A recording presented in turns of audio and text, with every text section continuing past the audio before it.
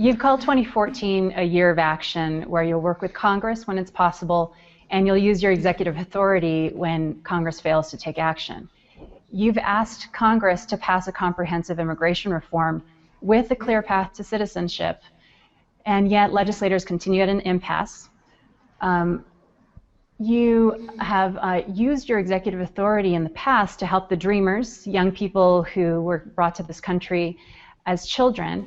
And so I'm wondering, will you now use your executive authority to halt deportations, which have been ripping families apart, until Congress passes a comprehensive immigration reform? Well, Sheila, it's great to talk to you, and thanks for the question. I think this is one area where I am modestly optimistic about Congress acting this year. And part of that optimism is that it's so obviously the right thing to do. Comprehensive immigration reform has gained support from all walks of American life. You have law enforcement, you have clergy member, including evangelicals that are traditionally strong supporters of the Republican Party.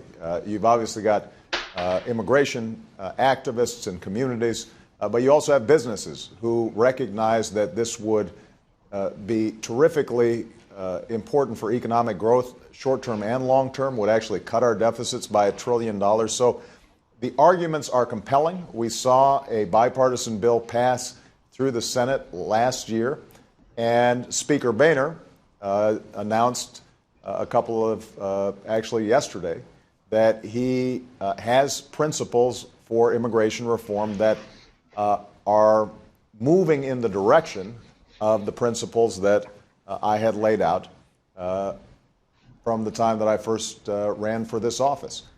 There are still some differences, and obviously the devil is in the details. But it is my firm belief that we can get immigration reform done this year. And I don't want to presuppose that we can't. Obviously, if at some point we see that it's not getting done, I'm going to look at all options to make sure that we have a rational, smart system of immigration. But I'm going to do everything I can in these coming months to see if we can get this over the finish line, and I think we actually can get it done. One last point I want to make, and that is that in any scenario, we're going to have stronger border security. In any scenario, we're going to improve the legal immigration system so that families can be unified faster, that you don't have this massive bureaucracy, these backlogs, where folks may wait for decades to be reunited. In any scenario, we're going to be making sure that employers aren't taking advantage of undocumented workers, and that we can enforce that. I believe in any scenario we should also make sure that at the end of the day, people are able to become citizens, because we don't want a situation in which we've got two categories of people in this country, folks who are full-fledged citizens and folks who are not. This is something where there's going to be some differences between the Senate approach, which does have a clear path to citizenship, and what we've seen so far out of the House Republicans. But the point I made yesterday is that I want to engage. I don't want to prejudge and presuppose that we can't close some of those gaps.